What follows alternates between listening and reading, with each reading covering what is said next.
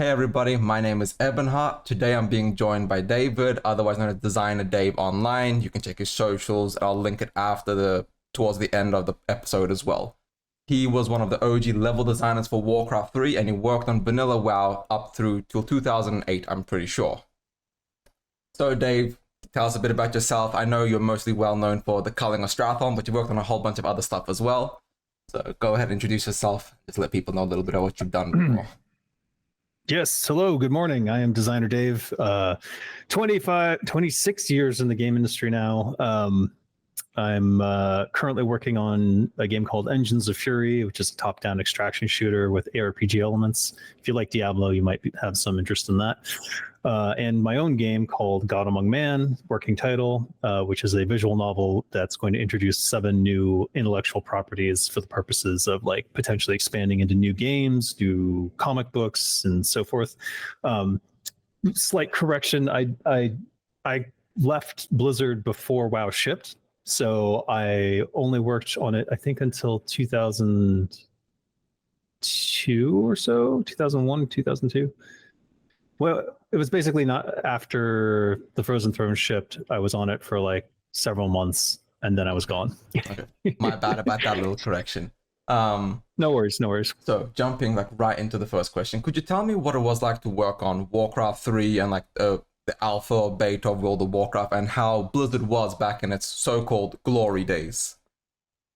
The glory days. Yeah, it was a sweatshop. So yeah, we were overworked and underpaid. Blizzard was notorious for being the lowest paying game studio in the industry, and the promise was always that your bonus check would make up for it, which was not the case.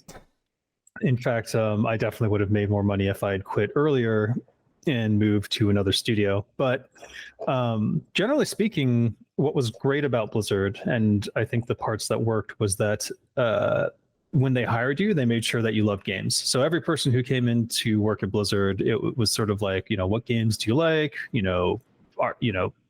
How much do you like this type of game? Those sorts of questions. And everyone from QA to developers to reception, everyone had a love or fondness of games in some form. And I think that was one of the biggest strengths of the studio, because one of the things we would do is internal testing. So everyone within Blizzard would be testing games, and that was one of the biggest strengths, because you would get feedback from all these different types of gamers, but they were all gamers. And that's something that they probably lost when Activision bought into them, because Activision was the first company stupid enough to decide that they knew better.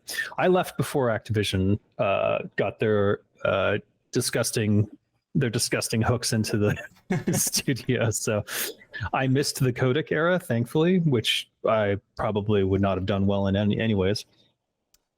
But yeah, while I was there was so many opportunities to move from like QA into creative. That was sort of what Blizzard was known for, was having this great QA department with like lots of creative people who love games, who then go on to become level designers. In fact, a lot of the best games that came out of Blizzard after that came from people who started in QA, like Hearthstone. Eric Dodds was one of the people in QA who moved into level design, who then became one of the creators of Hearthstone, though I know Ben Brode is, for whatever reason, more known for that. That's actually really interesting. That fact that it was people that essentially just tested the games to make sure they worked well that ended up being the backbone for the company. And as people know now, there's quite a bit of lack of QA or GMs in modern Blizzard titles and games. So yeah, that's where a lot of the big first layoffs happened, because it was redundant with Activision, and then it was redundant with Microsoft. And that was one of Blizzard's biggest secrets, as Matt Morris would say, who still works there. Blizzard's biggest secret is that quality assurance has all this power within Blizzard that is unknown externally.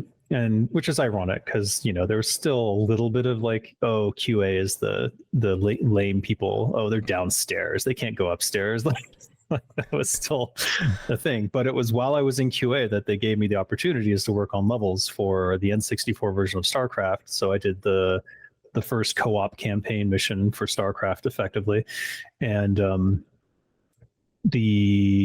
and then I got into the Trigger Map of the Month program. So like, I did some levels for War 2 B&E, and then start the StarCraft 64 map, and then I basically got called up to do StarCraft maps because those guys were moving on to Warcraft 3, and then I moved on to Warcraft 3 with them, and then the rest is history, I suppose. That's kind of cool. Like, I kind of wish it was still the same, but like times change, as they say. So it should be the same. It should still be the same. So transitioning from that question, I know you worked on Warcraft 3 Reforged, and while many people know now it's a failed product, but that was mainly due to upper management axing the budget, the support for it. Now that Microsoft owns Blizzard, do you think the potential for a Warcraft 3 Reforged again or a Warcraft 4 is possible? It's possible. It's more likely now than it was under Activision, because under Activision, it was clearly a monetary thing. A Warcraft 4, according to Bobby Kotick, would never make money. Therefore, a Warcraft 4 is never a good idea. And Warcraft 3 Reforged, I am 98% certain that it was a Bobby Kotick call to defund it, basically to get rid of the entire classic team, and also to defund Reforged. And that was around the same time when that decision was made that Mike Morhaime resigned. So he saw the writing on the wall too, and went to form his own studio to create a umbrella corporation that would effectively protect companies from exactly this sort of situation where they end up under the control of something like Microsoft and get fucked. So can I cuss? Sorry, I don't know what that's perfectly fine. No, you're good. You're fine to cuss. Okay. I wasn't sure. So yeah, that's now I lost my train of thought. You're good. You were saying how under Mike Morheime's umbrella to protect the people so they don't get screwed over by big companies or big monopolistic studios like Activision or Microsoft. Which is exactly what happened to Warcraft 3 Reforged. Bobby Kotick said not enough money in RTS, so Warcraft 4 was never going to happen under him, and Warcraft 3 Reforged got defunded. The original vision of Warcraft 3 Reforged was amazing, way better than what we ended up with. I was working on it. Tim Campbell was working on it. We were original devs from Warcraft 3, and we were going to be making Warcraft 1 in Warcraft 3. But you know what? Seems like those things are better left to the community to do. So that's actually, I think I've heard pieces of that before, but when you say you were working on Warcraft 1 and Warcraft 3, do you mean a total remaster of Warcraft 1 as part of Warcraft 3? Yes. That actually makes me really sad to hear that got cancelled. How far did you guys get into the development of, say, the Warcraft 1 remaster and Warcraft 3's initial reforged? Like, how far into development were you guys able to get before the axe came down and cut off production? We were in pre-production at that point, and we had contracts brewing, though I don't think we actually ended up signing anything. I did get the money, so I'm happy about that. I think I might have been the only one to get money. But effectively, we got to the documentation phase, and we had already had a meeting with Pete Stillwell and the rest of the team, and I don't think he's working there anymore. And we had documentation coming out, and I designed 2 of the missions already, and I was designing just because I wanted to. I was taking a stab at the ability design for 2 of the heroes, Black Hand and Garona, and those documents are on my Discord if you want them, or you can join my Patreon and find them there. I will join your Discord after to get a look at those. That's actually really insane that we almost essentially got a Warcraft 3 classic, I guess, or a classic plus in that sense. It makes me wonder, with the storyline, were you guys given like a script of how the story should have progressed? Because like I know a lot of those Warcraft 1 and 2 things are still left vague even to now. Were you guys given like something from, for example, Chris Metzen or whatnot, of what the story was meant to look like, or was it just your own creative liberty, do what you guys want? No, we had an outline for what the story was going to be, and it was to bring it more in line with stuff that had come from the movies and things like that. Okay. So it was like from the lore team. Pete Still was Stillwell was part of the lore team, so it was more a consolidation of those elements into a new Warcraft 1 reimagined in Warcraft 3. However, in classic Blizzard fashion, we were basically given sort of the beginnings and ends of where the missions needed to go. Here's how it begins, here's how it ends, and then we're given complete control over what the missions would be. And so my level design documents are my expression of what that mission could have been. And I've encouraged people from the map making community to go ahead and steal those and try and make them if they want. Oh, thank you for sharing that. That's really interesting. Just how close we got to seeing an expanded look at lore. Essentially, most people have never actually gotten to see. Because even if you do play Warcraft 1 or Warcraft 2, it's not really much of. You can't really, Story's a bit of a mess, yeah. So. You kind of answered my next question. It was, what was the full scope of Warcraft 3 Reforged meant to be like? And since you already answered that, I'm not going to ask that one again. So I'm going to ask something. Recently, the devs of the Classic dev team essentially soft confirmed Classic Plus. What that means is, I'm not sure it'll be next year, 2 years, 3 years. It might get cut, it might not. Do you think that Classic Plus is something that Blizzard might have worked on sooner, if not for Kotick or upper management? Like, was that ever something that you could have seen coming from Blizzard had they been independent, or Mike Morhaime had the call to do? It's an interesting question that I haven't really thought too deeply about, because my instinctual reaction is, of course, if Kotick wasn't there, then they would go ahead and do that because that's what they would want to do. But I don't know that that's true because of Jab. So he's infamous as president of Blizzard for saying, you think you want that, but you really don't. Yeah. And that will go down, unfortunately, in history as being attached to him. So it sucks for him, but he shouldn't have said that. The reality of the situation was people did want that simpler vanilla experience. And that's one of the reasons that I work with the Turtle WoW team.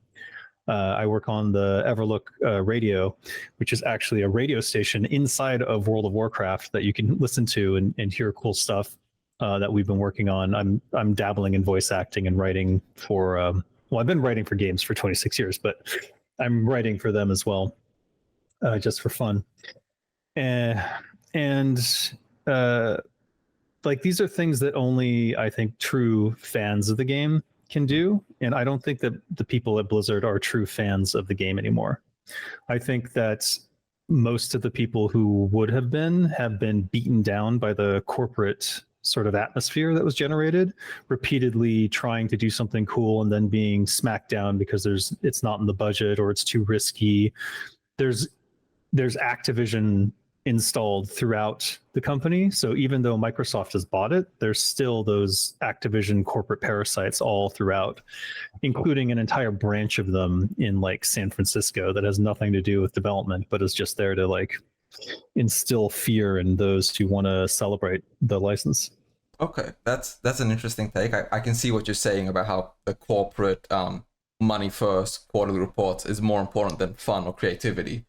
Since Blizzard is now such a small portion of Xbox and Microsoft, and Phil has shown himself to kind of be hands-off and give people that kind of creative freedom, and Microsoft's track record in gaming is a little not great, but do you think that with Phil Spencer in charge now, that Blizzard will get that creativity back, or do you not think so? No, I don't think so, because Phil Spencer talks a big game, but Hi-Fi Rush was their celebrated masterpiece indie darling, and what happened to that? They got fucked hard, and now they're gone. Well, now they've managed to reform their studio, so that's great. They've escaped the clutches of Microsoft. I'm happy for them, honestly. That's fair. But under Phil Spencer, what have we actually seen happen? Yeah, sure, Age of Mythology, I think, got a breath of new life, but that doesn't mean that didn't come at some sort of political cost internally at Microsoft. And we don't know what those inner workings are. We don't know what happened with Hi-Fi Rush. We don't know necessarily that anyone at Blizzard even wants to work on those things anymore, because they killed the entire team that was devoted to it. The classic team was eliminated. Are they rebuilding that team? I don't think so. So the only way it's going to happen is like an external studio situation like we had with Diablo 2. then Microsoft has to find a studio interested in doing that and who loves the franchise. So I don't know. Maybe it's possible. Oh, thank you. It's really interesting because like a lot of people have this high hope and this like desire for things. So it's interesting to see an ex-developer have a very grounded and more kind of almost to a degree slightly bitter like level I'm a little bitter on the state of things. Yeah. Well, it's when Mike Morhaime left, I think, was when I really was like, wow, Blizzard really is dead. And that's in that video that I did, the one my most popular video with 150K views. I basically said flat out, Blizzard's dead. Stop holding out hope that it's going to come back, because it's not. And that's still true even now, because I think the only way that we get a good Warcraft 3 Reforged is from another studio. Interesting. I could see the Age of Empires team working on a Warcraft 4 because they have that IP now. It all belongs to Microsoft. I'm still very hopeful. I like the classic dev team. I've talked to Agron and all of them, and they seem to be passionate, interested. I do hope they get the support from Microsoft and Phil, seeing like, sure, this might not make much money, but the community goodwill and all that stuff. Because like you said, Kotick cut Warcraft 3 because I think it was Pirate Software that said it, one Warcraft mount from the in-game store made more money than all the Wings of Liberty. So there's clearly not much money in RTS, sadly. But that creative liberty and that creative passion probably would do wonders for like Xbox and like the player bases, like goodwill in regards to Microsoft. But yeah, an interesting thing to note is that a lot of whether or not there will be a Warcraft 4 hinges on whether or not Stormgate is successful. If they watch Stormgate crash and burn, there is absolutely no way that Microsoft, whoever is in control, it's clearly not Phil Spencer, whoever is in control of what games get to be made, will never okay a Warcraft 4 if Stormgate crashes and burns. Okay. And yeah, no, I could actually see that. I didn't even think of that. I was thinking they might look at their own internal metrics, be like, put this on Game Pass, this might make money, doesn't matter if it's popular or not. But I could see them actually studying the upcoming game, seeing how that does with a much smaller budget. And if it's successful, they're like, we have more money, let's make a much bigger, better game and go from there. Exactly what would happen if Stormgate goes gangbusters, which I'm still holding out hope. Their initial early access reaction was not very positive, and I understand why. But I know the people on that team, Tim Campbell being one of them, and I know that it's going to eventually be a very good product. It's just my concern is that people are so embittered by this early look that they might not recognize it when it does finally come together. No, that's yeah, early access and like waiting for games to be finished. A lot of people are just burnt out at this point. I do hope Stormgate happens because I'm a huge, like I said, I started World of Warcraft back in 2001 with Warcraft 2. Then Warcraft 3 up until 2007 is when I first got into TBC. So the RTS game hold a massive place in my heart, and I do hope Warcraft 4 does happen. So, and this ties back into like going into the next question. The design process for the lore and story of Warcraft 3 and Vanilla WoW, they were essentially kind of developed side by side, with Warcraft 3 having the priority while the Vanilla Alpha was being built, the world was being designed. But most of the Team 1 was working on Warcraft 3, and Team 2 was on WoW. How did this have an effect on the story and like the development of the lore and the map? So when you were working on the culling of Strathon, for example, and building Northeastern Lordaeron, did the WoW team have like questions for you, like, hey, how should we do this, or was it like completely separate essentially? Completely separate. The teams were on different sides of the building, and most of the time we didn't have access to the other side because it was secretive. It's funny because World of Warcraft originally started development as a game called Nomad, which is more a JRPG in the style of Wizards, the Ralph Bakshi's Wizards, which is a movie that probably no one's seen. But anyways, check it out. At some point they all started playing EverQuest, and then, oh, we love EverQuest so much, let's make World of Warcraft. And that was when Bill Roper was still there. I remember that happening all while I was in QA. So effectively 4 years of my career was WoW, someone's working on WoW in the background. And I would get periodic updates about what's going on. Up until I think 1 or 2 years prior, to the no, it was during, I think it was during the Frozen Throne or just before the Frozen Throne. World of Warcraft was using the Warcraft 3 engine up until that point, and then it split. And now I've forgotten the question. The question was, did the teams have any like collaboration in regards to lore, story, and characters? For example, like Stratholme and WoW, because it was part of vanilla, versus the culling of Stratholme that you designed in Warcraft 3, Reign of Chaos. Yeah, not so much. I think that what they did was they obviously, some of them played Warcraft 3, so a lot of that inspiration came from there. Chris Metzen was on both, so he obviously was the oversight in terms of lore and story and everything and connecting those things. But it's interesting how much changed from the end of the Frozen Throne to WoW actually shipping, because originally there was going to be 4 factions. And yeah, so go ahead, but you can speak more about that. That's the thing. I have heard about that before. I think it was meant to be the Illidari, the Scourge, the Horde, and the Alliance was meant to be the 4 OG factions in vanilla WoW. And I assume this because of budget constraints that those 2 got scrapped. Same thing with Outland and all that stuff. But how was that actual initial vision? That was not part of my questions, but since you brought it up, how was that meant to look? Since you guys are working on Warcraft 3 with all those different campaigns, I assume that was meant to carry over into WoW itself.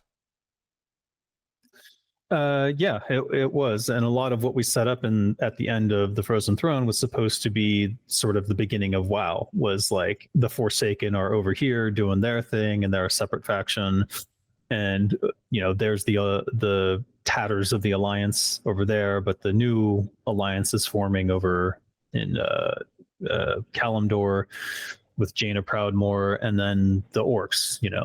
They're the big faction of the day. Wait, so it wasn't the Illidari, it was actually 2 alliances. The Forsaken and the Horde were the 4 playable factions that was meant to be. And the Night Elves, yeah. And then so five factions then, or were the Night Elves part of the new alliance? Well, I don't even know what Illidari are. I don't think Illidari was anything. It was like Illidan and like the Blood Elves and all that stuff. I don't think that was a playable faction. I think that was going to be like a background big bad. Oh, so okay, interesting. So what made them, I'm not sure how much of that you worked on, since you mainly was on Warcraft 3. How much of... Not much. So, do you happen to know like exactly why so many elements got scrapped and changed from essentially 2002 to 2004? Yeah, Alan Adham. So Alan Adham came back because he wanted to work on, he loved EverQuest, so he wanted to work on a World of Warcraft. He sort of ousted the people who were at the top at the time, okay, because it's his studio, so he can do what he wants. And at that point, it was like, it's hard to describe Adham, but definitely a forceful personality in terms of like, if he has a concept, he's going to push it on you. And his big thing was like, orcs versus humans. That's what Warcraft is. It's orcs versus humans, 2 sides, Horde versus Alliance. That's it. And I'm like, oh, lame. And a lot of people didn't like that, because if you played EverQuest, there were lots of factions, and whatever race you picked at the start was effectively your faction. And then if you wanted to get into other factions, some you were neutral with, some you were hostile with, and you could do quests sort of to gain faction with them and like eventually become friends with everyone. And that's sort of what people were hoping WoW would be, is like, you're just this adventurer in the world and you can like figure it out. But no, his big thing was it's a PvP MMORPG. Interesting. So you're either Horde or Alliance. End of story. That's actually interesting, because that would have changed the very concept of WoW and the entire storyline if essentially you started as a neutral orc and then you could get reputation with Jaina's Alliance or the Alliance Remnants of Stormwind or the Forsaken, so you could have essentially quested anywhere. And then that changes so many things about what World of Warcraft would have been. That's essentially a whole different timeline. But I'll move on to it more. Yeah, it would have been a very different game. So how much of the Warcraft 3 campaign did you design, and what would you say is your biggest impact on the story and lore, not counting the culling of Stratholme? Let's see. I have a cheat sheet that I'm going to bring up because this happened, 20 something years ago. You're good. But I made I make a list of things that I actually did so that I don't F it up too much. Because I don't like taking accidental credit for things I didn't do just because my memory is a mess. That's fine. Work specifics. There it is. All right. Okay. So, I need to update this. Okay. Anyways, for Warcraft 3, Reign of Chaos, I worked on Human 06, The Culling, Undead 2, Digging Up the Dead, Orc 08, By Demons Be Driven, and Night Elf 6, A Destiny of Flame and Sorrow. I think with Night Elf 6, I was Tim Campbell started the map, and then I worked on it after that and did like mostly the cinematics and some of the gameplay elements. For the Frozen Throne, Night Elf 4, Wrath of the Betrayer, Night Elf 8, Brother Stormrage, Human 3, The Dungeons of Dalaran, which is my personal favorite, and Undead 1, King Arthas, which is, I think, everyone's most hated level of everything that I did. So out of all those levels, like the Culling of Stratholme is iconic. It's probably one of the most well-known pieces of media in Warcraft. Arthas' essential fall started with the Culling. With these like level designs, what would you say, like how much creative freedom did you have? Like, was it just given you were given a script like Arthas culls Stratholme, and you essentially designed everything from the beginning to the end with just those two notes? No. Well, I mean, it's a little bit more than that. So, for example, this is how it is. This is the design process. Metzen would come to us with a script. The script would be the introduction cinematic, and if there's any like little story elements in the middle that he wants to hit on, he'll have a few bullet points for that, and then the dialogue elements, and then the outro cinematic of like the dialogue for that. In terms of like camera movements and all that stuff, that's entirely up to us. And I ended up doing a lot of the cinematics for many of the missions because that seemed to be something that I was better at than most. I had a flair for the dramatic, we'll say. And the Culling of Stratholme, from beginning to end, it's Metzen's dialogue in most of it. And then I wrote some extra dialogue for like little bits and pieces of gameplay elements that I needed. And then the outro cinematic.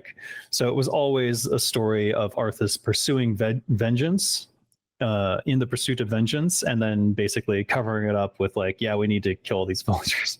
So, and that's why the mission is effectively the mechanics of the mission sort of tell the story of like Arthas is more interested in defeating Mal'Ganis in this contest than he is in protecting his people. Because at the point where you're mass murdering your people to protect them, you've given up the game, I think. Yeah, you've kind of lost the plot in search of it. So, yeah. For example, the entire human storyline, when you were working the Culling of Stratholme, did everybody like connect to the previous mission, the mission after? So did you know exactly how you were meant to end it for the next person's mission to carry on? Or were you guys essentially doing it like one by one at a time, so they didn't start the next mission till you were done? Metzen would write a couple missions at a time. So when we were doing these readings, we would read through 1, 2, and 3 or something like that. Or usually it was like I think we would read like 1 to 3 missions at a time. So we'd do a table reading. We'd literally, all the level designers would go into a room and we'd have Metzen's dialogue script in front of us. And we would pick characters and we would read out the actual script. And, I'm a ham. I do like dabble in acting and theater stuff. And so I would, of course, pick the most dramatic character, in this case, Arthas. Okay, so interesting question I have is like in these readings, when you guys were essentially like reading through the scripts, how much would the script change from essentially the first sit down to the sit down finishing? Like, for example, the Culling of Stratholme, what was it meant to be like initially versus what it ended up being as everybody knows it? I think the script was good. There were no real notes from us on that one, and I immediately picked it as a mission that I wanted. I literally called dibs on it. And remember that he's not designing any gameplay elements. Metzen has a good mind for game design, but he's basically like, here's the dialogue for the intro, here's the dialogue for the outro, and then like here's a few lines in the middle, and then go make a map out of it. And then I just like lay out like a chunk of Stratholme and start like going, okay, so this is a contest. This is actually about like who can kill more villagers him or Mal'Ganis. So Mal'Ganis is recruiting for his army, and Arthas is trying to kill them before he can do that. But so whoever gets to X amount of villagers first, I think, is going to be the stopping point. Otherwise, the mission will just go on forever. Oh, that and yeah. Sorry. So all the gameplay mechanics and everything like that, that's where I came in, and the story elements of like, this is the mission, this is what Arthas is thinking, and so forth, comes from Metzen. Okay, so essentially he just gave you the story, and you essentially did the maps, the character, how the models would move, how the characters would essentially, like the anger or the voicing, how they would move it back and forth, but the dialogue and the story was Metzen. Dialogue and story is Metzen. He also does voice direction and stuff like that. Okay. And he voices characters, of course, because he's a voice actor too. But the gameplay mechanics, the systems and all that on the map, that's me. And the layout was me, but then we had an artist do a pass on it because my layout was a little too, what do you call it? I don't know, villagey. And the artist did a pass where they like added a bunch of like what seemed to me at the time random, but then I realized was actually aesthetically superior because you want to break up that terrain and stuff. Oh, that's fair. So then my next question is, how much of your personal interpretation of the Warcraft lore, how much did your personal interpretation of the Warcraft lore influence the design of those levels and missions? Like you said, Metzen essentially wrote the story, how it was meant to be. Was there ever a time when your vision for a level conflicted with the established lore? I don't think so. I don't know. I slipped all sorts of weird things into my missions here and there. Like there are Easter eggs where you meet a secret society of Yeti. There's the Pandaren relaxation pool was something I slipped in there because Sammy made a cool little art thing, and I just slipped it in, and now it's a whole freaking race in Warcraft. I don't know how that happened. I made a mission for StarCraft Trigger Maps of the Month called Deception that featured the Chimeran pirates. I did that entirely on my own, and now it's part of StarCraft 2. I don't know why. So there's little Easter eggs carried forward despite you not being given like the leeway for that initially, but they didn't really care because it was just a small Easter egg. Well, that's the thing about early Blizzard is like we were all given creative leeway to do whatever we wanted. Because we were trusted. We were trusted to execute on the vision and to make the best game possible. And the only way that a creative can make the best thing possible is to be given enough creative freedom to do what they want. As soon as you start micromanaging them or whatever, they're going to collapse into shit. And that's the main problem with most of the AAA companies these days, is that they try to micromanage their creatives and it ends up being garbage. So EA destroyed BioWare, Microsoft effectively killed Bungie. That's fair. Yeah, all these companies that we used to love for their creativity and the cool games that they would make, they were destroyed by corporatism. It makes sense once you start making stocks, money, and all this stuff. It does end up changing people. There's that saying, power corrupts, absolute power corrupts absolutely. So once people get to a certain level, it does make sense that creative passion goes down because that $10 million bonus. Well, yeah, you stop making since those companies already make money on those products, why would you mess with that? It doesn't make any sense to be risky. And this person's trying to do something too creative, that's too risky, got to stop them. And that's how it ends up destroying those creative personalities, and they leave. That's what happens. That makes perfect sense. So talking about those missions and like the creative freedom, was there ever a time where let me go. I just asked that one, sorry. What were some of the biggest challenges you faced in balancing, like, for example, narratives? So Chris Metzen said, do this, but then when you tried to actually design the mission, it just didn't work. So did that happen often, where you would have like a story beat and like a cool idea, and then you guys couldn't develop it because you guys didn't have the tools or the technology at the time to make what he had in mind work? No, that never happened. He always had a good mind for what would make for a good game design within that world. And as a result, we were always able to accomplish it. The only time we ever really, really pushed back on Metzen was that the original Illidan was a satyr, and he talked with like Shakespearean sort of style, and it was like Puck from Midsummer's Night Dream, and we were like not feeling it at all. So we all pushed back on that, and I think I gave him the note that like one of my favorite things from Reign of Chaos, I think, was when, or is that TFT? I can't remember. Basically, Archimonde appears and he's like, "Tremble and despair, mortals. Doom has come to this world." And I'm like, when you're writing villains, like over the top villains like that, that really resonates. And then when he came back with Illidan the second time, like, and he was like a badass, demon hunter, night elf with the blind, and he was still Shakespearean in essence, but it was like more over the top villainy kind of stuff. Yeah. Even though he was, in my opinion, he was an anti-hero, but whatever. Thank God you guys pushed back on that, because Illidan, as most people know, is most people's top 2 favorite characters. Like, for most people, if you ask them, it's the Lich King, it's Illidan, and then add your third character. It might be Jaina, Tyrande, whatnot. But for most people, it's Illidan and Arthur. So thank God you guys pushed back and like, let's not make Puck. Let's go back to the drawing board then. Yeah, it was a good note, and the entire level design team felt that way. So Metzen took it to heart and really gave it another way better shot. No, that's fair.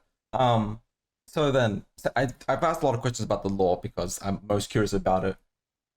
But what was the biggest change from like Metzen's initial note? Because I've seen a lot of the old maps where Kalimdor was much smaller, you had the Undermine and all that stuff. Like how big, like how much of a difference are we looking at from the original Warcraft 3 to the finished Warcraft 3? Or when you guys all sat down and started discussing what the story was meant to be?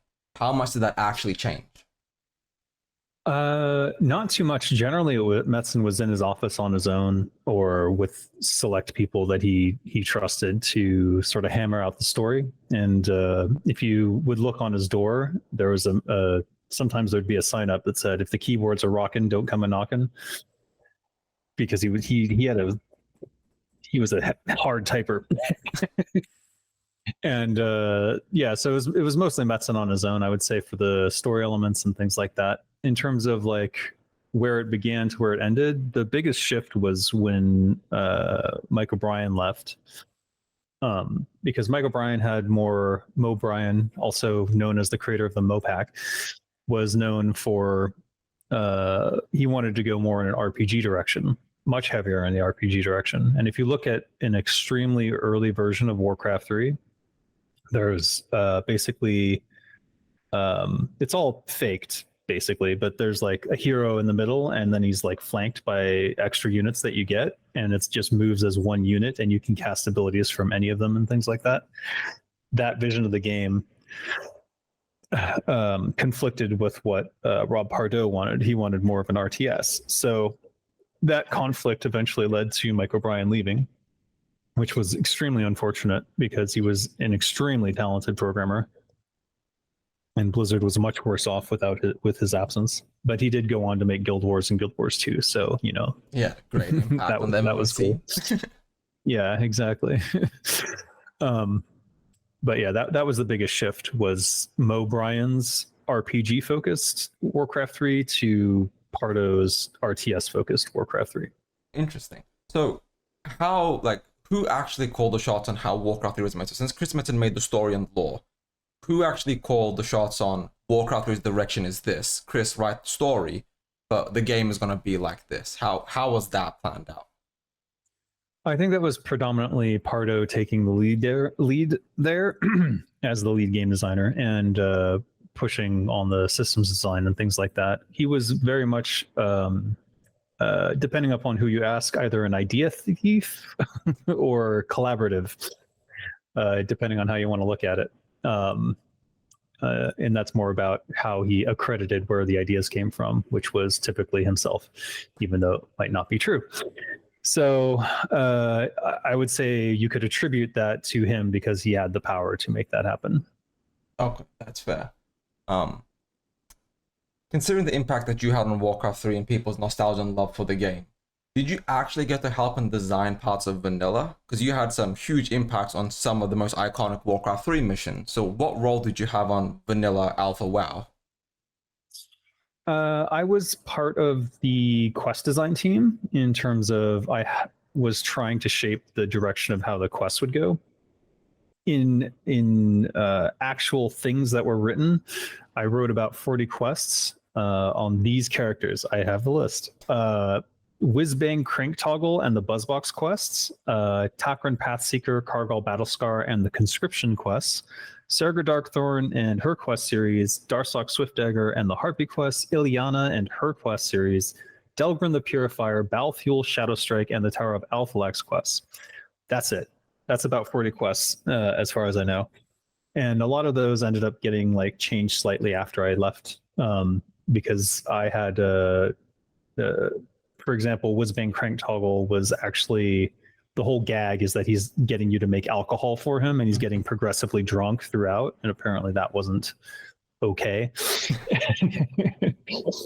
But yeah, I tried to help shape how quest design was done. And in particular, the one argument that I didn't lose the argument, but they went in another direction, was that if a creature has 2 horns, it should drop 2 horns, God damn it. And so I wish they went with your direction.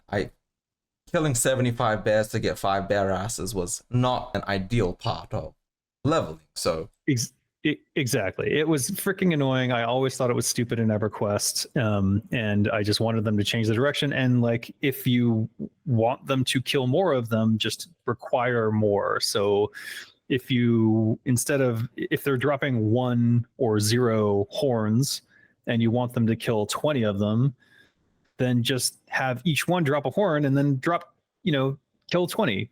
But I don't know, whatever. Apparently the fun of EverQuest was the random fact that you might not get what you want. Ha ha ha. And I'm like, not when it's a quest kind of thing in this situation, which is different from EverQuest, because EverQuest was really NeverQuest because all the quests were unspoken. And you had to sort of figure them out on your own by like talking to NPCs and stuff. So I don't know. A battle I lost. That is how vanilla WoW was. Before add-ons became a thing, you would have to go to Thoughtbot and just be like, okay, so you have this quest, but where the hell am I meant to go? And then you would have to read it, ask people in general, be like, doesn't know where this is, like that community. So I get that they went with that direction with EverQuest, but everybody's used as Questy now anyway, so.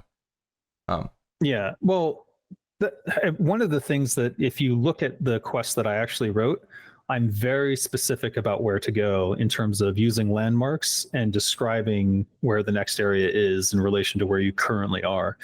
And that's something that kind of not everybody really did, and always frustrated me. And I was also a big proponent of, like, if you have some sort of quest element out in the field, drawing attention to it. So for example, in the Starker Darkthorn quest, there was one where you needed to go to find some raptor nests.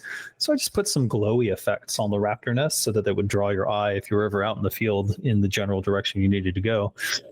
And not everyone sort of followed that. And that was always a frustration of mine, because I thought it was a better user experience if you just draw attention to these things and your descriptions are good and the directions are good. And I always get super frustrated when I've done a quest and then it's like, and turn it into this guy, and I'm like, where is this guy? There's Questy. I remember back in TBC, and they started adding more quality of life features back then, but like compared to vanilla, it was kind of like hey, somebody help me out, Thoughtbot, let me see. So having some quests were much more easily readable in comparison to certain other quests. So I do like your design, but I do wonder if every quest was like that, would World of Warcraft have been as popular if every quest had so much more ease of access or quality of life to it? Because people, for example, in Classic, they love that. They love the frustration, I guess, or the masochism of how boring or tedious the game can be. I don't think that they liked the masochism. I think that they liked that they were able to solve something that other people weren't. But I don't think that should be how the quest is done. I think the quest should be, if you read the quest, you can figure it out. And what we didn't do, and we should have done more of, is like the quest can be vague as long as it's solvable. It's like there's not enough riddles and things like that that would have made some of the quests more interesting. That was territory that I didn't get to explore just because I wasn't there anymore. Oh, okay. Oh well. Yeah, no, that's fair. So talking about, you said you left in about 2002, 2003, around that time frame. When you were working on quest design, were you guys given, for example, the Surga quest and the Barons? Were you essentially just given here's an NPC, write quest, or were you given like what you should write, how you should write it, or were the quest design essentially just given free reign of populate the world? We were given a. Whoops, I just lost everything. Hold on 1 second. You're good. Wow. Okay, I'm gonna pull us out so that I don't do that again. We were basically given a map of that region with like the levels of the monsters in their general levels. Like this area is 25 to 30. This area is like 22 to 24 or whatever. And there were a few kinds of quests. So for example, there's like a breadcrumb quest, like lead the player from this area to that area, or there were other quest types, but you could pick from them, like the pumpkin quest, go pick up this pumpkin and get X of those in the field and then bring them back to this guy. There's the courier quest, take this note from this place to that place and so forth. And we had a basic bag of tools, but we would write, if we wanted to create a new character, boom, we create a new character. If we wanted to do whatever, like write the quest any which way we want, go over here, do this, do that, as long as it thematically fit. No one was sitting over us going, you have to do this, you have to do that. We just need X amount of quests in this area, sort of leading the player to that. Yours is going to bring them from this area to that area, those sorts of things. So for example, Tok'ran Pathseeker, I created purely as part of a quest to get you to go from the outpost in, what's the first outpost in Durotar? I know which one you're talking about. It's right. It's sunken in. Yeah, oh shit. I was just leveling an orc as well recently. I forget, but everyone knows probably what we're saying. So Tok'ran Pathseeker was created purely as a guy to go, hey, I have this friend that's part way towards the crossroads, and I want you to go talk to him, which was the next character. Kargal Battlescar. So I created those two characters just because I wanted to have a point before the crossroads at the point where you cross over in from one territory to the other. So it was literally just go from this character to that character so that you can know where you're going. That's it. And the description was like, follow this road. And that's how I got you to the crossroads. So I made sure you wouldn't miss it. So essentially you could have written or done any kind of quest you wanted. You could have added, for example, not that you might not have fit thematically, but you could have added like a demon quest line about, for example, the orcs still having that demonic connection with warlocks, and you could have done that, and that would have altered the lore for the next 20 years if you chose to write that at the time. Yeah. Yep. Absolutely. So yeah, couldn't write whatever I wanted. So was there any quest line you were thinking about writing or had planned to write, but because you left, you never got around to finishing? Something that was... I wanted to do the Death Knight thing, because originally the Death Knight was going to be a hero class in Classic, and I wanted to write the Death Knight line of quests, and it was going to be Paladin only, and it was going to be really fucking evil. Like you were going to have to go and kill villagers and do all the sorts of same stuff that Arthas did, and eventually end up like giving your soul away, and then you would switch from Alliance to Horde at that point, because Paladins originally were only Alliance, right? Oh, wait, so there was meant to be a mechanic where you started as a Paladin, and to unlock the hero class, the Death Knight, you would have to swap over to becoming Horde. And I assume Horde characters would have the same thing. And when was that scrapped? So it was just Horde only. The Death Knights would have been a Horde only class. Yeah, exactly. Just like Paladins were alliance only class, and shamans were only A Horde in the class. How late was that scrapped? Do you know, like the hero class? Because I know hero classes were meant to be a thing, but they ended up getting scrapped, and nobody knows at what point it got scrapped. It just sort of didn't happen. So it wasn't like it was scrapped. It was just sort of like, wow, we don't have time for shit. Fuck, we got so many quests to make. So you're saying, like, if you had stayed in for this case because you wanted to do it, Death Knights would have been an actual thing because you would have been working on it. I certainly would have pushed for it, but I don't know that because it requires so many other parts to come together. You have to create an entire new class for this one quest line. Like, for the bang for buck is very low, so it's unlikely that it would have happened. But if instead of creating expansions the way that they did, it was more of like continually building on the vanilla experience, I think eventually we would have done that version of the Death Knight. That's just like hearing things like this, it just makes you realize how so many little small things could have altered World of Warcraft as we know it, like beyond recognition. So there's 50% chance if you had stayed around, we might have Death Knights, and that would have altered what classes would be. I know there was a Rune Master class instead of Druids initially. Why did they scrap the Rune Master and add Druids instead? Do you know that? Or was that before you started working on Warcraft, on WoW? I don't know why that happened. I know that Sam Didier was the big Rune Master guy, and I don't know exactly what happened, but like, there's only so many spaces for classes, and druids were something that had to be there because night elves. Right, of course. Druids. Malfurion and all that. That does make sense. Yeah. So I'm going to actually go back to Warcraft 3 for this. There was a big thing about Jaina being killed and essentially being resurrected as the Banshee and becoming the leader of the Forsaken. But that was essentially scrapped pretty early on. And since you were doing a lot of these human stories, do you know why they ended up scrapping Jaina being killed? Was that in those quest notes when you went in those meetings? Like, what was the main reason they said, let's keep Jaina and use Sylvanas instead? Well, Sylvanas wasn't even going to be, she was a throwaway character. So her being turned into a Banshee was just something cool Arthas could do to show how evil he was.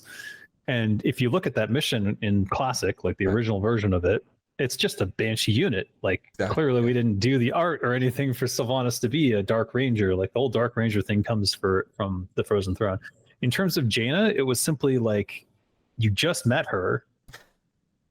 She's kind of vaguely a love interest of Arthas, sort of, but you didn't get to know her enough. So it's just way too soon to kill her off.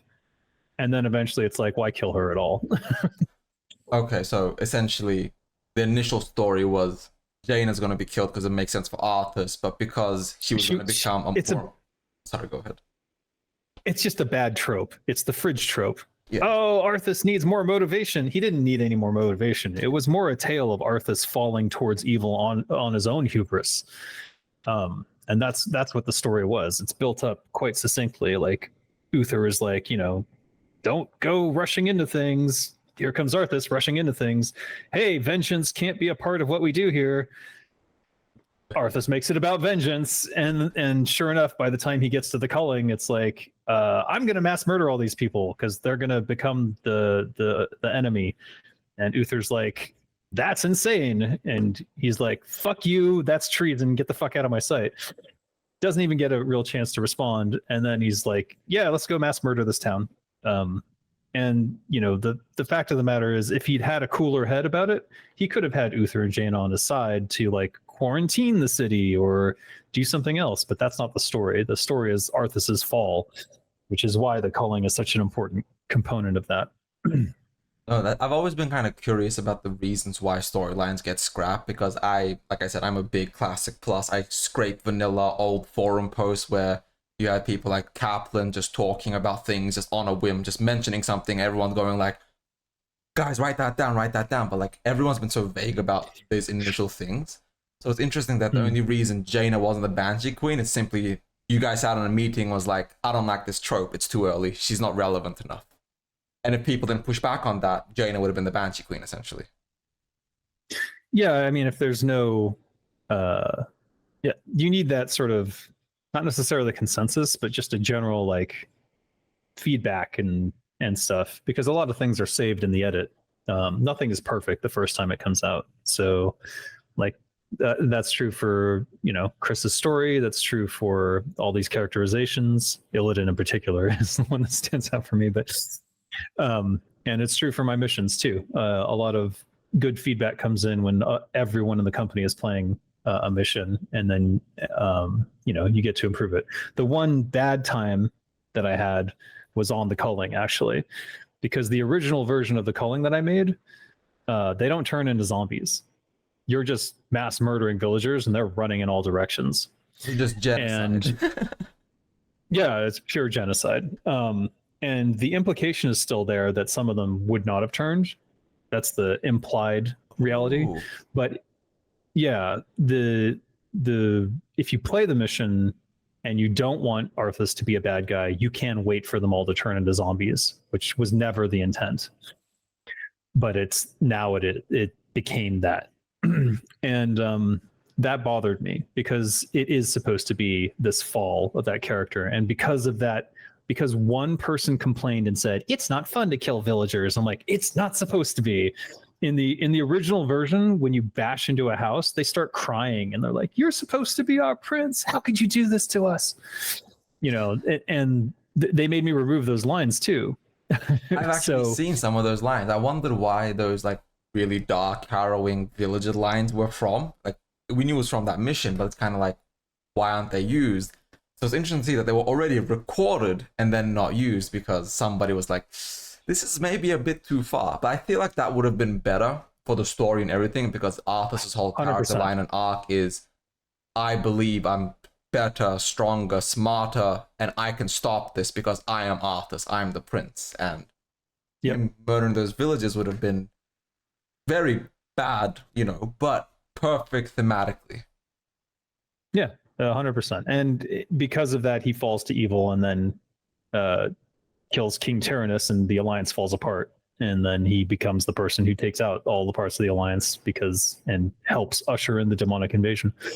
Whereas there's an alternate universe where instead of committing this genocide, Arthas is convinced by Uther and Jaina, like, hold up. Clearly there's something more going on here. We need to find a cure or do something. We can't just go killing everyone. Or Arthas convinces them, like, hey, let's try to quarantine this. We'll get the people who are not sick out, and we'll have to, you know, lock the rest up, or you know, seal them in the zoo. There was a zoo in the original mission. They took it out of Reforged. I don't know why. I remember the zoo. It always kind of was weird. Like, you'll be going around murdering these zombies, and you're just like, there's owlbears in the zoo, but. Yeah, there was going to be a trigger where you could release the animals in the zoo and they'd go around killing zombies too, but I didn't get to that. So there is a Easter egg there as well. Yeah, go ahead. No, sorry, go ahead. It's interesting to hear your thoughts. If you wanted to keep talking, please continue. No, I was just going to say there's an Easter egg in the zoo where you have to kill a rat who has 100% evasion, so you can only kill him indirectly. And then he drops a amulet of evasion. That's kind of cool. So my question is gonna be: you talked about alternate universes. Does that mean, like, when you guys were in these meeting rooms, Chris actually wrote like other like storylines of how it should progress? Because you said he wrote 3 or 4 missions at a time. Oh no! So from the beginning, it was going to be genocide. Yes, it was definitely genocide. It's supposed to the culling. If you know what culling means, it means to kill sheep. Yeah. So the point of the culling is that at that point in the story, Arthas views his own people as nothing more than farm animals. I never thought about it like that. I mean, I always knew Arthas was a very prideful character, but considering that from the earliest point, Metzen essentially wrote him as he views himself as above everybody. These aren't his people. This is essentially his flock, his farm to save. This isn't like my kingdom. He's very explicit in that speech before he goes and murders everyone. This is my kingdom. I will save my people. Like ownership, like a true monarch, I suppose. That's actually interesting. So this is not really a question I had written, but I'm not sure if you know. When Arthas picks up Frostmourne initially, the way it's written, it still sounds like he has his own soul, and he's doing this out of, like, at this point, he views that the best way to save his people is to bring everybody into undeath. But then it got changed to him having lost his soul. When it was initially written, was the initial intention to be that Arthas is still having his soul controlled by himself, and he was doing all these atrocities willingly? And when was that changed? Do you know? I don't know. I think it's one of those things that sort of like adjusts over time as Metzen realizes that the initial thing doesn't work with whatever he wants to do next. So like there's a lot of retcons like that, like concerning Archimonde and his species and things like that. Right. So I don't know exactly when it happened, but I know that the initial thing was that Arthas was delusional in that he still believed he was doing the right thing all the way to the end. And that's sort of the hubris of power, is like, I'm the only one who can decide. I'm the only one who knows what is right and wrong. And here he is mass murdering his own people and like picking up a sword and killing everybody. And this is the correct thing to do. Murdering my own father is the correct thing to do. Like, yeah, that's the story of Arthas, that as we originally understood it in Warcraft 3. That's insane. I kind of wish they kept that, but that's a whole different vision. So then my next question is, in terms of scrap storylines and campaigns, what would you want to keep in the game? Because from what I've read is that the Blood Elf campaign or the human campaign of the Frozen Throne was meant to be longer, but they got cut down to make room for the Orc RPG campaign that was essentially the precursor to WoW. No, that's not what happened. That's the PR spin, I suppose. What happened was that the Frozen Throne was like a 9-month development cycle. So, yeah, it was hectic. It was fast. To be honest, I remember more about Reign of Chaos just because it took more time. But also we had more time to do stuff and to experiment. Whereas the Frozen Throne was just like, get shit done. And early on, Sammy stood up for his artists, bless him for doing so, and said, we're not doing overtime for this. There's no way. And so we're going to make cuts. And a lot of the cuts were like, we're not getting the Naga faction. We're not getting the C units. We're not, and so then you have to like look at the campaign and like, so what's the campaign about? And you got to start cutting back there. And then it's like, no Blood Elf faction effectively, or just like, hack it together from bits and pieces. So essentially, sorry, keep going. Yeah. And so that's where that went. And there wasn't even going to be an orc campaign at all. It was Tim Campbell who decided to save it as the campaign lead. He decided, no, we're going to do like a Diablo style orc campaign and like do the founding of Durotar. And him and Metzen worked on that together to make that happen. And yeah, it wouldn't have happened without Tim being there to sort of promote that, as like there wouldn't have been an orc campaign at all. Basically, is what I'm telling you. So if you guys had more time, essentially we were meant to have a Naga campaign, a human campaign, and a Blood Elf campaign, but essentially it all got dropped into just one singular campaign. Yeah, well, the Naga would have been their own race at that point. So how much did the story change then? If the Naga was meant to have its own essential faction, its own storyline, how much of the lore was changed to essentially make the product release on time? Like how much of that storyline was just essentially removed? Do you remember anything from the Naga campaign or what it was meant to be? No, they're like, you look at the timeline. So Reign of Chaos finishes, right? Everyone goes on vacation. So people take 1, 2, 3 months of vacation. Metzen comes back after I think 1 month. And then we're already starting on the Frozen Throne. So he had the human stuff figured out. He knew what he wanted the Arthas storyline to be at that point.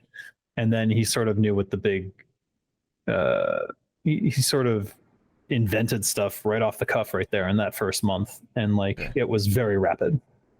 So there was no like, let's do this, and then it changed. It was like, we have to do this. We don't have time for that. Tim fights for this thing, and we get the org campaign right at the end. I see. So it all just happens right in a row. So there's not like there was this and then it became that. It was like literally writing as fast as we can to get this done. We're not going to have this. We're not going to have that. So just keep going, and boom, done. Start, go. So from the beginning, the Arthas Illidan fight was meant to happen. That was always designed. But all the extra campaigns that was meant to lead everything together, it was just like, not enough time for that. Scrap the Naga campaign, scrap half the Blood Elf campaign. We gotta make it time. Was the rush there because of World of Warcraft? No, the rush was simply that we only had 9 months, or we had 1 year. Like that was just the designated time to make an expansion. It's just sort of a Blizzard. It was a Blizzard staple. You have 1 year to make the expansion, because there's two reasons. So the first reason is that people are sort of bored with working on the same game again, and they want to move on to something new. And two is like, it doesn't make much sense to take more time than 1 year because you've already got all the tools and infrastructure and everything. So it should be a very fast pre-production, straight into production phase, straight into a final release of like, here are the new units, here are the new campaigns. That's it. Okay. So then, going back to the initial question, in terms of the scrap storylines and campaigns, what would you have wanted to keep in the game that essentially never made it or was scrapped due to deadlines or just not fitting thematically or whatnot? I would have liked us to actually do the C units, because I think that we could have done it. I think it was a cop-out to say, oh, they're incompatible with heroes. I think there's solutions to that. And it was just, I think, frustration with the time for pre-production and laziness.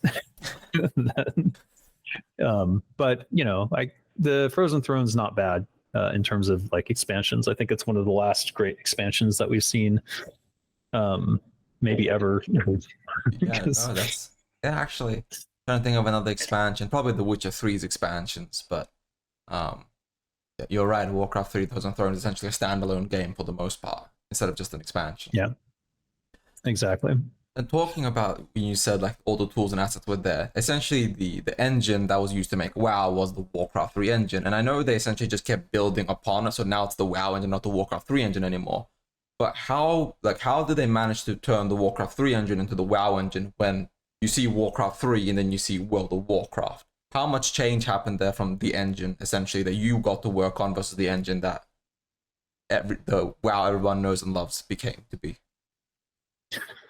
The split happened, I think, somewhere before. I can't remember exactly when. Somewhere between Reign of Chaos's ending and the Frozen Throne beginning. Somewhere in there. I don't know exactly when. But once that happened, all they were really doing was just like tweaking things that would have not been good for Warcraft 3. So, for example, we had limitations on how the terrain could shift, how high a mountain could be, those sorts of things. They just got rid of those limits and started making their own version of everything. And it is really kind of a cobbled together mess. Like when I was doing quests for World of Warcraft, there were like 4 different tools I had to use to make a quest work. And like it was really tedious and not streamlined at all. So I don't know how it is now, but I've heard it didn't really improve all that much after I left, so I don't know. Interesting. So essentially, instead of like actually tweaking the engine, all they did was remove limitations and say go ham for the most part for vanilla. I'm sure there were more technical stuff behind the scenes. I'm just not knowledgeable about that sort of thing. And there had to be all sorts of streamlining for MMORPG preferences over RTS preferences, in terms of like, you need more polys for this and you need less polys for that. I don't know. I do know that like if I were Microsoft, the number one thing I'd be doing right now is making the World of Warcraft tools with a user-focused design, and then creating private servers the same way that Minecraft does, where people can rent a World of Warcraft vanilla server and tweak it to their heart's content, and then people can subscribe to that. An official licensable in-game product, so you're still paying for a WoW subscription, and then you have to pay an extra $5 for hypothetically like a total WoW sub or whatever. and then those devs Or like, yeah, or it's just the normal subscription, and if you play on that server, then they get some percentage of it. Could go either way. But the main thing is like they need to work on the tools and make them user friendly, because I think those tools are a mess. that's fair, especially after like with classic success and popularity, because Shadowlands essentially had the numbers drop down to here, and then classic Shadowlands is fucking awful. So I'm very PG and I'm very positive about Blizzard, but that's when I stopped playing. I moved on to classic around then. I think Shadowlands suffered from the lore writers being fresh and new and not having the guidance of Metzen, and deciding that they were going to prove how clever they were by going, haha, we made a villain so evil and so mastermindful. What the hell? Such a mastermind that everything that you know that came before was actually because of him. Mwahahaha. And it's just so hack. It's so hack and weak and lame and fucking like insecure. It was just sad. It was the saddest thing I'd ever seen. Yeah, a lot of people did call Zoval 2-bit Thanos because it was right around the time that Infinity War and Endgame was happening, and similar aesthetics, like tan, purple skin, bald, you know. So okay. I do have a few other things. We were just talking about Blizzard. How do you view the current state of game development, especially in a large studio like Blizzard? Do you feel like there's any room for the kind of creative freedom and risk taking that defined early Warcraft titles like you had? Now, you did answer this a bit earlier in relation to another question earlier in the interview. But in modern Blizzard or modern studios, do you think there's any room for creativity? I'm being harassed by my wife. 1 second. No, you're good. That's perfect. Just telling her I'm trying to do an interview later. Okay. Sorry. One more time, please. No worries. How do you view the current state of game development, especially in large studios like Blizzard? Do you feel that there's still room for that kind of creative freedom and risk taking that defined early Blizzard, for example, Warcraft 3, Diablo 2, StarCraft 2, even like up to like Cataclysm and whatnot, before things have to get homogenized? Do you think there's any room for creativity in modern gaming, or do you think it's not available because everything is just quarterly profits and metrics? And you did touch on this earlier, but this is like a full dedicated question in regards to that, especially because you've been working on games for 26 years. You worked back when you had that creative freedom, and you've been working in studios since then where you might not have that freedom. I don't work at studios if I don't have that creative freedom. So for example, like I worked on Wasteland 3 because I was a writer, so I could write whatever I want. I'm working on Engines of Fury because they gave me complete control over the lore and the narrative. So I don't, if as soon as I feel like I'm being stifled or pigeonholed, I leave. Definitely in terms of like, as soon as like there's a corporate entity sort of dictating what I can and cannot do, I'm like, oh, I'm out, bye-bye. Because I don't want to waste my time. There is 100% room for that sort of creative freedom. And the reason that AAA games have suffered so much in terms of like their quality and their storytelling and the narrative design is because these corporations get their hands on them. They decide they know better.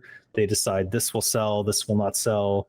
You need this, you need that. And they force things on the creatives. And as soon as a creative is having things forced upon them, there's a difference between like having to go back to the drawing board on something you did to edit and being told you must include this, you have to tweak this, you have to have this name. Like as soon as that's happening, the creative's brain just goes into meltdown, because now it's like not their story anymore. And once it's not your story anymore, you don't really care. And that is the problem. That's the big joke in the game industry, is like people go to EA to retire because you no longer have to think. You just have to implement whatever the producer or the marketing team tells you to. And I think that's definitely true for a lot of the big corporate companies. And that's why the creatives leave. Like, if I can't be creative, what is the purpose of a creative? I'm not going to stay. And the ones who do stay, they're there for a paycheck. So yeah. That's very fair. So then, based off that, looking back, how do you feel about the legacy of the work you did on Warcraft 3 and WoW? Do you think the design philosophies you implemented still resonate in the modern game version? particularly in like Blizzard's current projects, or do you think all those things that you and the early people have done is essentially it's dead, it's not there anymore? As I famously said, Blizzard is dead. Stop hoping that it's going to come back, because it's not. It is a corporate entity known as Activision Blizzard King, a Microsoft company, and everyone needs to recognize that and sort of move on from the idea of that original Blizzard, because that original Blizzard was less than 200 people making, World of Warcraft and Warcraft 3. I mean, you can add on all the external things if you want, but I'm saying like the core development teams were less than 200. For Warcraft 3, it was like 60, I want to say. And once you get past that mark and people don't know each other anymore, and it becomes a more corporate environment, and there's like political bullshit going on, and then it's not about doing what's best for the game, it's about what's doing what corporate wants to make sure you keep your job. Like, it just doesn't work anymore. It's not a creative entity anymore. And all of the original ideals of Blizzard, like only hiring people who love games, and like all the values that they used to have, well, they still have them on that orc statue outside, like those are no longer followed. It's not the same company anymore, and people need to recognize that. And they get all mad about Blizzard, and it's like, it's just remember, Activision Blizzard King, a Microsoft company. Say that every time you say their name, because that's what it is. I can respect it. I personally can't give up hope, because World of Warcraft is such a huge part of my life. Even ignoring the content creation, it's essentially the game I play the most, especially Classic, and with Classic Plus coming and Season of Discovery, even Warcraft 3 Reforged, like it's a travesty to learn what it was meant to be versus what we actually got. Metzen's back. He is back. And the Classic dev team is expanding again. You did say earlier that it got essentially cut the same time the Reforged team got cut. Do you happen to know how big the Classic dev team was back around the time it got cut? No, I don't. I know someone who would know, that one of the last surviving members of it, but he was laid off as soon as Reforged shipped, so. Okay. Well, I know we went well over the time we had scheduled, so I'm going to ask the last question, and so we can end the interview. But to end it off with a bang, it's a personal question about Warcraft 3 and WoW. Of all the content that was developed, even things that never got released or got scrapped, either in Warcraft 3 or WoW, what is your favorite piece of content that you developed, that you worked on? And is there anything you wish could have been seen by players in its original intention, or how you meant for it to be seen? I think it's the Dungeons of Dalaran is my favorite piece of content that I did. It just has the most like unique elements going on in it, and the most puzzles, and the most Easter eggs, and like that's sort of me personified. And it has these action elements that as you come up certain ramps, you run into the monsters fighting with each other. So it's got a lot of like these little set piece moments and things you can do throughout. And that was the mission I had the most fun creating. That sort of that Dungeons of Dalaran experience. In terms of what they missed that I wish was in there is the original culling. I wish that I had not caved in. I didn't really cave. I was ordered to remove the children and to make sure that and to remove the weeping and crying sounds, and to have them turn into zombies after 5 seconds. I thought all of those changes were lame and weakened that mission. It's still a pinnacle mission. It's still cool, but the ambiguity of the mass murder, I think, was what really set it apart and really set in stone, like, this is the path of evil of Arthas. And it's caused me so much frustration arguing with idiots on the internet who are still like, no, Arthas did nothing wrong. And I'm like, in what world is genocide, where you take away the agency of all these people, okay? And the argument that, oh, well, they were all going to turn into zombies anyway, is the only thing I can't go like, fuck, because like, they are called plagued villagers. They made me change that too. They do turn into zombies after X seconds. So, but I'm like, that doesn't mean that story-wise that intent wasn't there, because in the very next interlude, you see that there are people who were not infected. So Arthas must have killed some of those too, just off screen. So yeah, that's my big frustration. I wish that the mission had stayed in its original form, where the villagers, as soon as you cracked into the building, they just scatter in all directions, and you have to chase them down and mow them down. Because I think it would have been even more impactful than it was. It would have definitely been far more devastating and far more grim, because Arthur's being evil for this evil against evil is kind of justifiable. But Arthur's being evil because he believes it's justifiable isn't justifiable, and that would have had way more impact on the overarching lore and story. So I do kind of wish we got that version of Warcraft 3 and just the story going forward. Yeah. Thank you. Well, if you want, there's a guy named Insane Monster. If you go to Hive, you can play Reforged. He redid the culling with my notes, and so if you play that version of the culling, that's more closer to the original intent. I might actually do that and give that a try. But thank you so much for taking this interview. Your questions have been really insightful. Your answers have been like amazing, and just shared so much about the back end of Warcraft 3 and Vanilla WoW and how it was done and developed. Let everybody know where they can find you and like all the things you're working on, and like you said in the beginning, but you can say it again so everybody who's watched this far probably more interested in you now. If you'd like to learn more about game design, or you'd like to learn about my work on a variety of games, not just Warcraft 3, but Wasteland 3 and other games like that, go to my YouTube channel, DesignerDave. If you want to learn about game design in particular, there's the Game Design 101 series, which I highly recommend if you're new to game design. And you can go to my Patreon, where I post actual documentation from all of these things that I've mentioned. And also there's World of Warcraft documents that never got done, but like things that would happen on the Zeppelin and all sorts of crazy alternate adventures that could go on in WoW that that never happened, obviously.